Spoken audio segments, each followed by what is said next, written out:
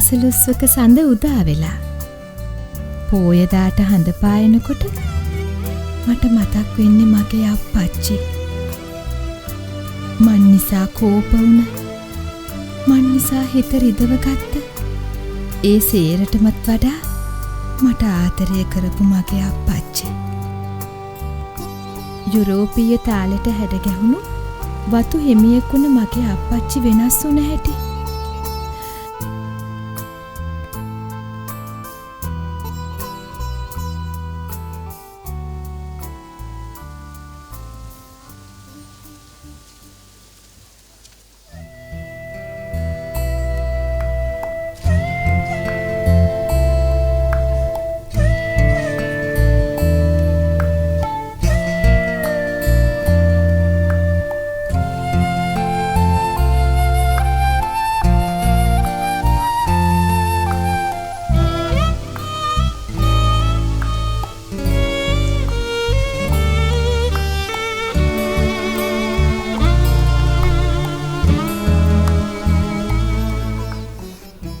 කවදාවත් පන්සලට ඇවිල්ලා නැහැ නේ මීට ඉස්සෙල්ලා.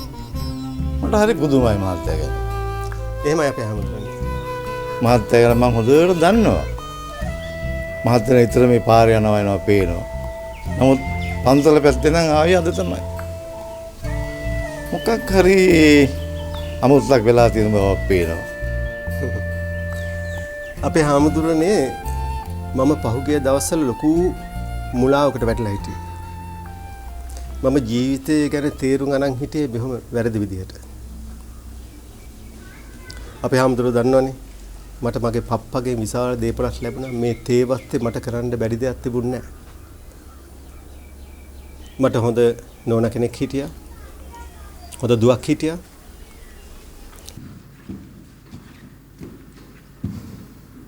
අප්පච්චි දුව කොහෙද මේ ක්ලාස් යන්නේ? ඔව් අප්පච්චි. දුවන්නේ. අප්පච්චි දැන් වෙනස් නේ.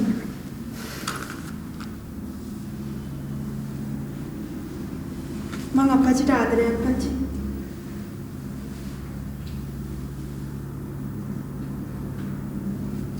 මගේ දුව ක්ලාස් එකේ.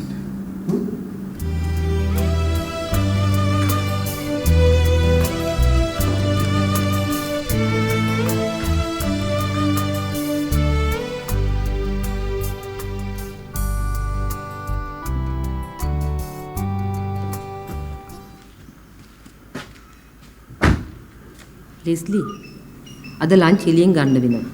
අයියේ. ලීලාවතී තාම ආවේ නැහැ. මම ඕකේ.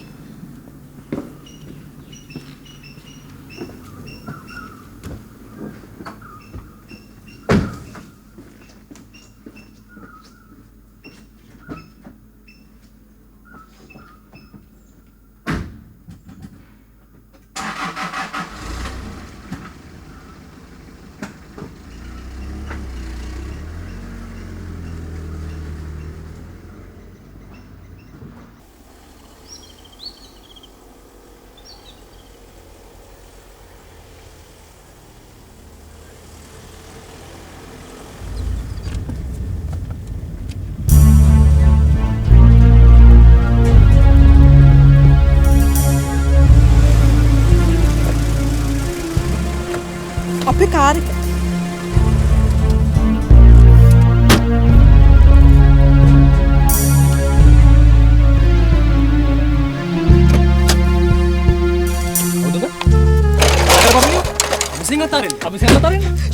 Sean, Rochelle, come here. Come on.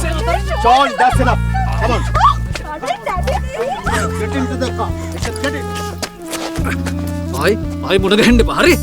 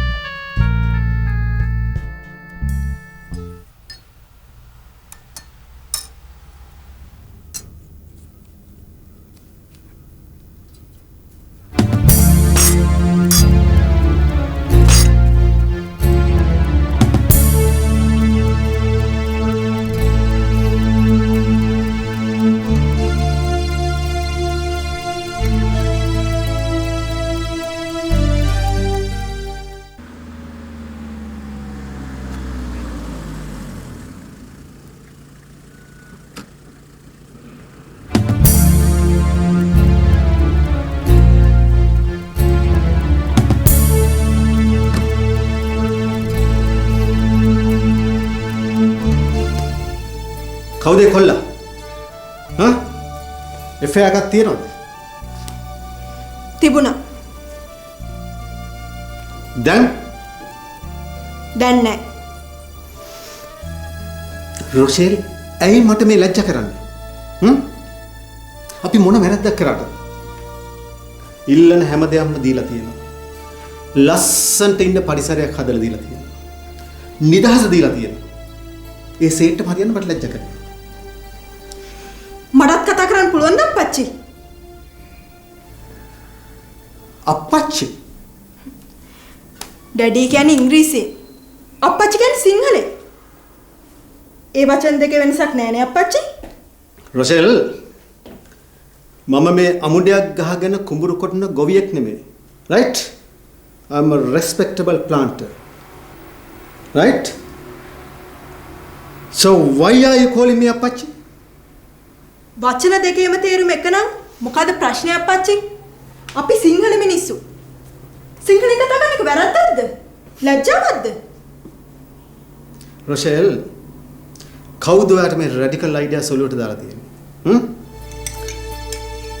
මේක බොන්න.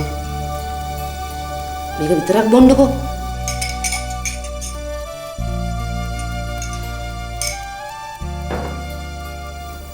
රොෂෙල් ඇයි අපිට මේ හැටි වද දෙන්නේ?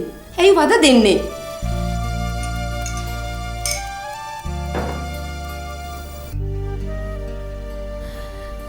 මං අප්පච්චිගේ අදහස් උදහස් වලට විරුද්ධ වුණා.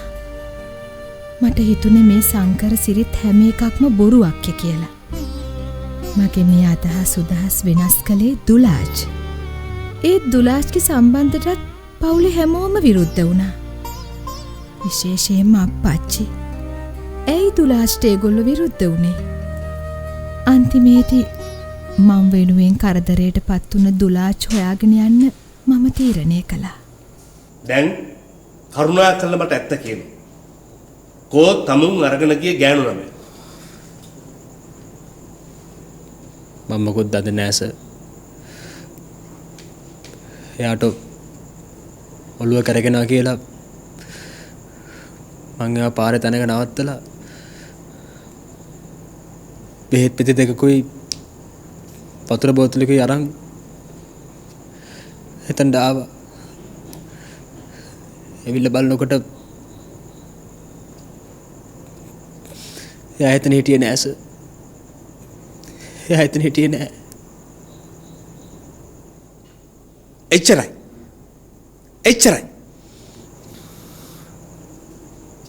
ඔව්. සුරංගනා කතා කියලා පොලිසිය රවට්ටන්න හදනව නේ? ඈ?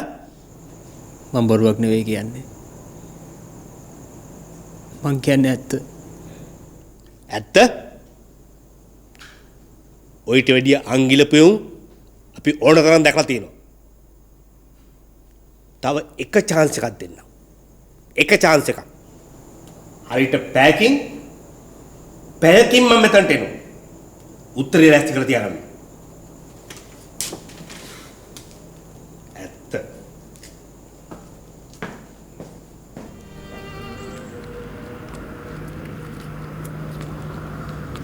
රොෂෙල් තේරෙනව නේද කියපු දේ?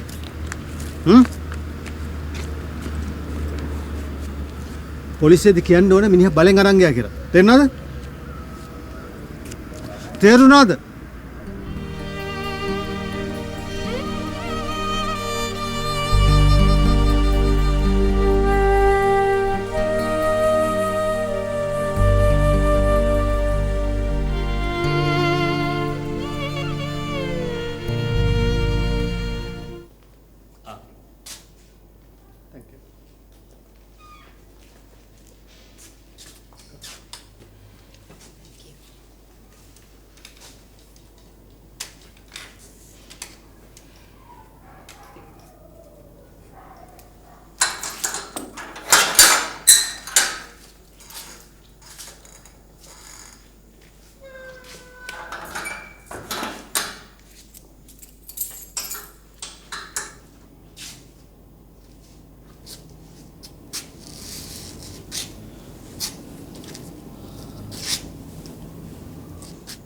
තමුන්ට විරුද්ධව චෝදනාවක් එක්කම පැමිණිල්ලක් ඉදිරිපත් කළා තිනවා මේ පාර්ශවයෙන්.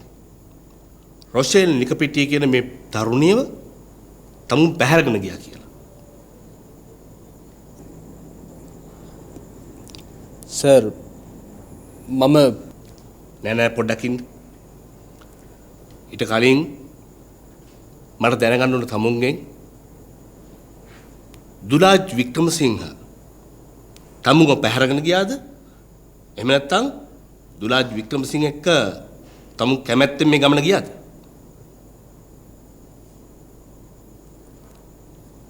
මිස් රොෂෙල් නිකපිටිය තමුන් කැමැත්තෙන් ගියාද පැහැරගෙන ගියාද? එහෙම මේ බලන්න දෙයක් නැහැ. පැහැරගෙන ගියාද?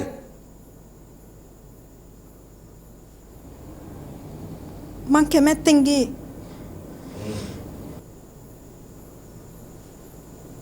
කැමැත්තෙන් ගියා.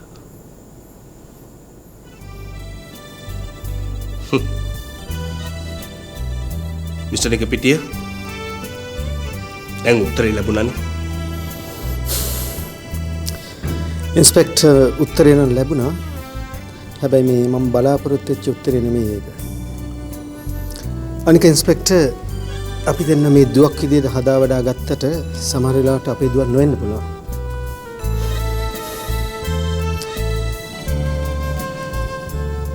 ශාමින් අපි යමු.